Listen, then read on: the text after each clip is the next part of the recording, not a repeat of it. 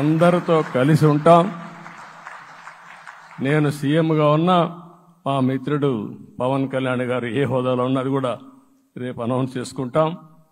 మేమందరం కూడా సామాన్యమైన వ్యక్తులుగానే వస్తాం మీ దగ్గరికి. మీలో ఒక వ్యక్తిగా ఉంటాం. మాకు హోదా సేవ కోసరం తప్ప పెత్తనం కోసరం కాదు. ఆ విషయం ప్రజలందరికీ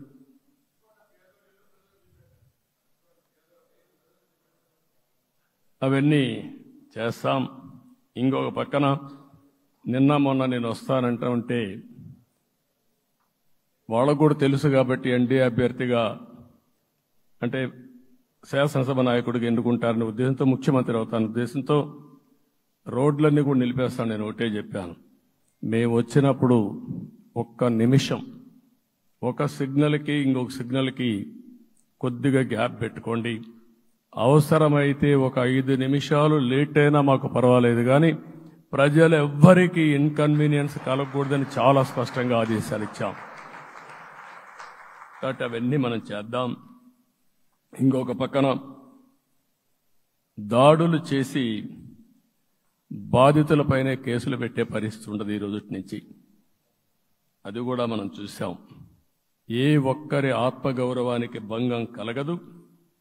ఒక పాజిటివ్ గవర్నెన్స్ అన్ని చోట్ల కనపడుస్తుంది.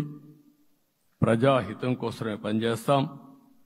ప్రతి నిర్ణయం ప్రతి అడుగు ప్రజల కోసమే ఉంటుంది. స్టేట్ ఫస్ట్ అనే నినాదంతో ముందుకు పోతాం. ఈరోజు మేము ముగ్గురం కూడా ఢిల్లీలో వెళ్ళినప్పుడు కూడా మా ఆలోచన ఈ రాష్ట్రం ముందుండాలనే ఉద్దేశంతోనే ముందుకు పోయాం. అదే సమయంలో ఈరోజు మన రాష్ట్రానికి కూడా సముచితమైన గౌరవం. 3 మంత్రులు కేంద్రంలో మన వాళ్ళు ఉండే పరిస్థితికి వచ్చారు.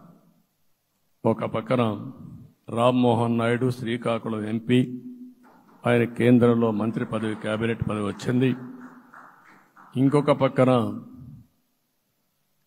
పెంబసాని చంద్రశేఖర్కి స్టేట్ మినిస్టర్గా ఎంఓఎస్ కింద ఇచ్చారు.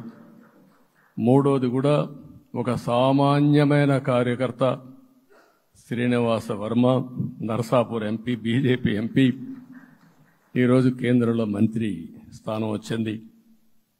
ఓసారి బీజేపీలో కూడా ఇది ఒక ప్రత్యేకత. ఆయన ఎంపీ ఇచ్చినప్పుడు నాకే ఆశ్చర్యం వేసింది. ఒక మామూలు వ్యక్తి ఎంపీ ఇచ్చారు. అప్పుడు ఆలోచించినప్పుడు నేను ఫస్ట్ మీటింగ్ పోతే వచ్చాడు. వచ్చినప్పుడు నేను ఎంక్వైరీ చేస్తే ఆయన స్ట్రాంగ్గా పార్టీ కోసం పనిచేశాడు.